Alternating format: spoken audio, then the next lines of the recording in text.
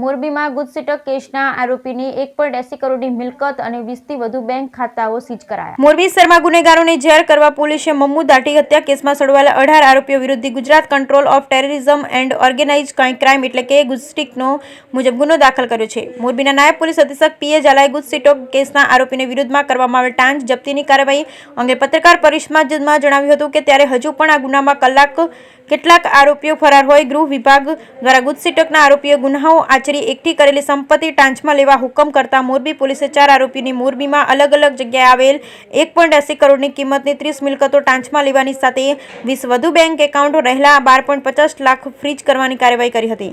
મોરબીના નાયબ પોલીસ અધિક્ષક પીએ ઝાલાએ ગુજસીટક કેસના આરોપીઓ વિરુદ્ધ કરવામાં આવેલ ટાંચ જપ્તીની કાર્યવાહી અંગે પત્રકાર પરિષદમાં જણાવ્યું હતું કે મોરબી સીટીએ ડિવિઝન પોલીસ સ્ટેશનમાં આઈપીસી अलग अलग कलम तथा आर्म्स एक्ट कलम 25(1) BA 27 तथा जीपीए कलम 135 तथा Gujarat control of terrorism and organised crime act 2015 ની कलम 3(1), 3(2), 3(4) મુજબના ગુનામાં આરોપીએ મોરબી શહેર અને જિલ્લામાં ભેગા મળી સંગઠિત ગુના આચરતી ટોળકી બનાવી એકબીજાને મદદગારી કરી ગંભીર પ્રકારના શરીર સંબંધી મિલકત સંબંધી ગંભીર પ્રકારના ગુના છેલ્લા 10 વર્ષથી આચરતા હતા।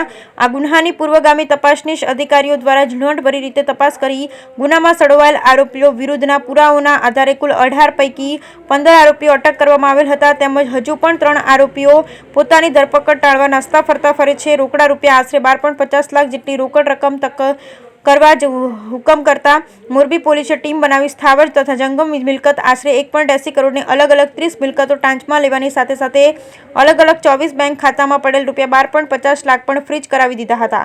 આ કાર્યવાહી નાયબ પોલીસ અધિક્ષક Morbi PA Zala city A division PI H Jadeja PSI AV Pataliya ASI Rajdeepsinh Jhala Dilipbhai Chaudhary head constable Chakkubhai Devshibhai constable Rajubhai Rameshchandra Pradeepsinh Bahadursinh Poonamben Becharbhai Wahidaben Bashirbhai Poojaben Vinodbhai તેમજ મોરબી નાયબ પોલીસ અધિક્ષકની કચેરી તથા મોરબી સીટીએ ડિવિઝન સ્ટાફ દ્વારા કરવામાં આવી। બ્યુરો રિપોર્ટ અશોકભાઈ ખરચરિયા, કેમેરામેન મહેશ ખરચરિયા, મોરબી।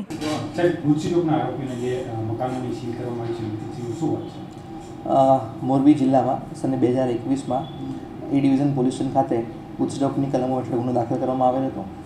આ ગુનો જે કાલિકા પ્લોટમાં આરિફ મીર છે તે ટોળકી ઉપર દાખલ કરવામાં આવેલ હતો। જે ગુનાના કામે કુલ 18 આરોપીઓ વિરુદ્ધ ગુનો દાખલ થયેલ હતો, જેમાં 15 આરોપીઓને અટક કરવામાં આવેલ છે, જે પૈકી 5 આરોપી જામીન મુક્ત થયેલ છે, બાકીના 10 આરોપી હાલ જેલમાં છે, તેમજ 3 આરોપી હજી નાસ્તા ફરતા છે।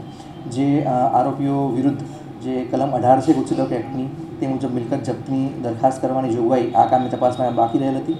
જે સંદર્ભે આરટીઓ, સબ રજિસ્ટ્રાર કચેરીઓ, સિટી સર્વેની કચેરી, ઇન્કમટેક્સ વિભાગમાંથી માહિતીઓ મેળવી અને આ માહિતીનું સંકલન કરી અને આ માહિતી સંદર્ભે સરકારી સીની મદદ લઈ અને સરકારી સીએનો એનાલિસિસ રિપોર્ટ તૈયાર કરવામાં આવેલો હતો। જે સીએ એનાલિસિસ રિપોર્ટ ઉપરથી જે આરોપીઓ છે જેમણે આ સંગઠિત ગુનાઓ આચરી અને જે કાળા નાણાં વડે મિલકતો વસાવી લેવાની માહિતી પ્રાપ્ત થયેલ હતી। જે માહિતી આધારે ગૃહ વિભાગ ગાંધીનગરના અને વિગતવાર ધોરણસરની દરખાસ્ત મોકલવામાં આવેલી હતી। જે દરખાસ્તના આધારે ગૃહ વિભાગ ગાંધીનગરના હોય આ આરોપીઓની કુલ 30 મિલકતો ટ્રાન્સફર લેવા માટે હુકમ કરેલ હતો। જે પૈકી છેલ્લા 2 દિવસમાં કુલ 23 મિલકતો સીલ કરી ટ્રાન્સફર લેવાની કાર્યવાહી હાથ ધરવામાં આવેલ હતી। જે 23 મિલકતો પૈકી 16 મિલકતોને સીલ કરવામાં આવે છે અને 7 મિલકતો સીલ કરવાની તજવીજ જારીમાં છે। જે મિલકતોની જંત્રી મુજબની કિંમત 1.80 કરોડ જેવી થવા પામેલ છે, જેથી જંત્રી મુજબની કિંમત 1.80 કરોડ છે, જેથી એની માર્કેટ વેલ્યુ 6 થી 7 કરોડ જેવી ગણી શકાય।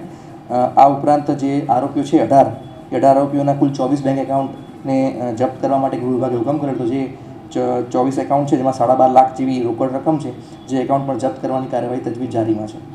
સાહેબ, આમાં આપણે વોન્ટેડ કોણ છે? જે ગુજસીટકના ગુનામાં આરોપીઓ કોણ પણ વોન્ટેડ છે અને જે મિલકતો આમાં બાકી છે એ કયા કારણોસર બાકી રહી છે? જે આ ગુજસીટકના ગુનામાં કુલ 3 આરોપીઓ વોન્ટેડ છે, જેમાં મુખ્ય આરોપી આરિફ મીર છે વોન્ટેડ છે। આ સિવાય અન્ય 2 આરોપીઓ છે વોન્ટેડ છે, જેને પકડવા માટે એટીએસ તેમજ અન્ય આખા ગુજરાત રાજ્યની ક્રાઇમ બ્રાન્ચની ટીમ લાગેલ છે।